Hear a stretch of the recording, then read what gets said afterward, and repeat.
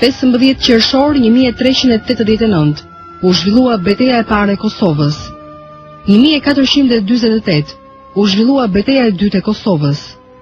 1455 Kosova gjendet nën pushtimin otoman. 1785 Karamahmud Pash Bushatliu pushton një pjesë të madhe të Kosovës.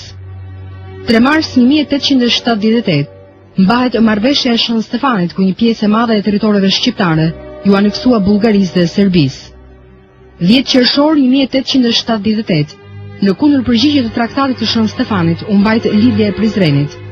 1878 themelohet vilajeti i Kosovës. 1881 shuhet pothuajse fare aktiviteti i lidhjes shqiptare të Prizrenit. Vetëm disa prej udhëheqësve vazhdojnë aktivitetin e tyre deri në vitin 1885. 1908 revolucioni i Xhon Turqëve. 1909-1911 fillojnë kryengritjet e armatosura të shqiptarëve të Kosovës, të udhëhequr nga Isa Buletini, Idris Seferi, Bajram Curi Hasan Prishtina kundër Turqisë. 18 tetor, Serbia, Bullgaria, Greqia i shpallin luftë Turqisë dhe fillon kështu lufta e parë ballkanike. Në tetor dhe nëntor, Kosova okupohet nga forcat ushtarake serbe dhe masakrohen 50.000 civil shqiptar. Më 28 nëntor, Ismail Bey Vlora shpall pavarësinë e Shqipërisë në Vlorë. Në qershor dhe korrik të vitit 1913 nis lufta e dytë ballkanike. Në dhjetor të vitit 1918 Kosova pushtohet nga serbët. Konferenca e paqes në Paris në vitin 1919 cakton përfundimisht që territori i Kosovës do të mbetet nën sundimin e mbretërisë të sapo krijuar serbo-kroatës. Qeveria jugoslave fillon planin për kolonizimin e Kosovës. Për të realizuar këtë plan, në tokat shqiptare vendosen mbi 70.000 kolon malazez dhe serb. Më 1933 qeveria jugoslave fillon negociatat me qeverinë turke për shpërnguljen masive të muslimanëve shqiptarë në Turqi. 4 vjet më pas, Vaso Qibrilović i paraqet qeverisë serbe memorandumin e shpërnguljes së shqiptarëve nga Kosova. Më 7 prill të 1939-s, Shqipëria pushtohet nga Italia. Më 21 prill të vitit 1941, Kosova bashkohet me Shqipërinë në kontrollin e Italisë, ndërsa Trepçja mbetet në kontrollin e Gjermanisë. Më 1943 formohet lidhja e dytë e Prizrenit, me qëllim mbrojtjen e Kosovës nga serbët. Në shkurt të 45-s arrihet okupimi ushtarak i Kosovës nga forcat ushtarake jugoslave.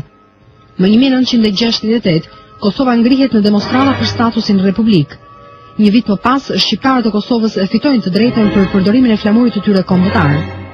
Gjithashtu në vitin 1970 themelohet Universiteti i Prishtinës. Ndërsa në vitin 1981 nënshkruhet marrëveshja për marrëdhënie kulturore dypalçe Shqipëri-Jugosllavi. Në këtë vit nisin demonstratat e studentëve shqiptar të Kosovës. Gjatë këtyre demonstratave vriten një numër i konsiderueshëm shqiptarësh dhe burgosen me mijëra të tjerë. 3 vjet më pas, Kosova fiton autonominë. 1986, Akademia e Serbisë boton memorandumin që do të bëhet program fondamental për politikën diskriminuese të qeverisë serbe për një periudhë 10 vjeçare.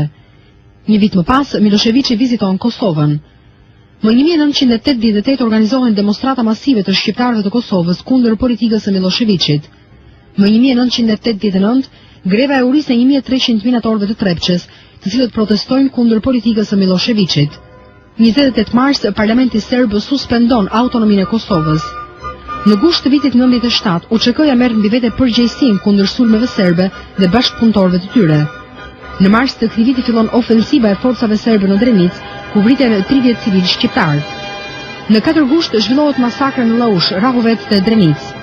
Në vitin 1999, më 15 janar, do të mbahet mend masakra e 45 civilëve shqiptar në Raçak.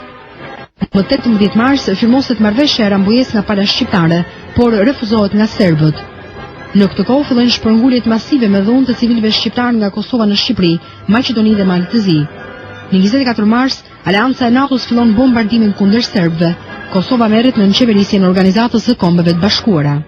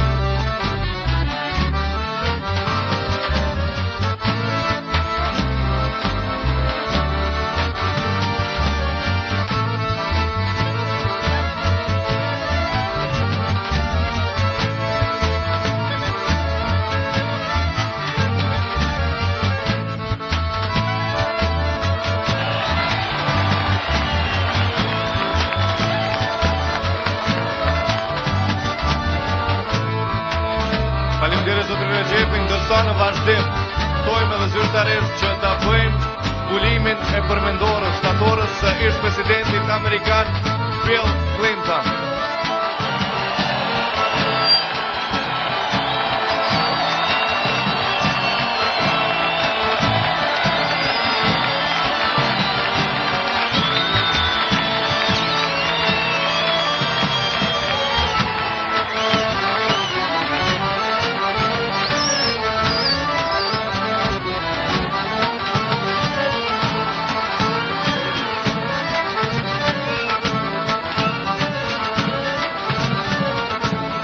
Ftoj njeriun që I ka dalur në ndihmë gjithmonë vendit ton, presidenti Bill Clinton.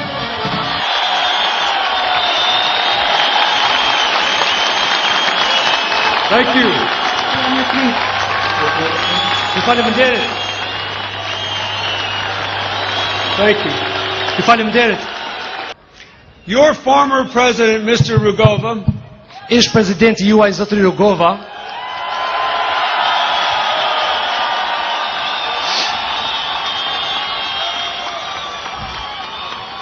became one of my favorite visitors to the White House when I was president. U bën ndër vizitorët e mi më të dashur në kohën që isha president. Partly because he always brought me a beautiful stone from Kosovo. Pjesërisht se ai gjithmonë më ka sjell një gur të bukur nga Kosova. Partly because no matter what terrible things were happening to you and to him, he never lost the belief that people are basically good and that the good people of Kosovo could build a common future together.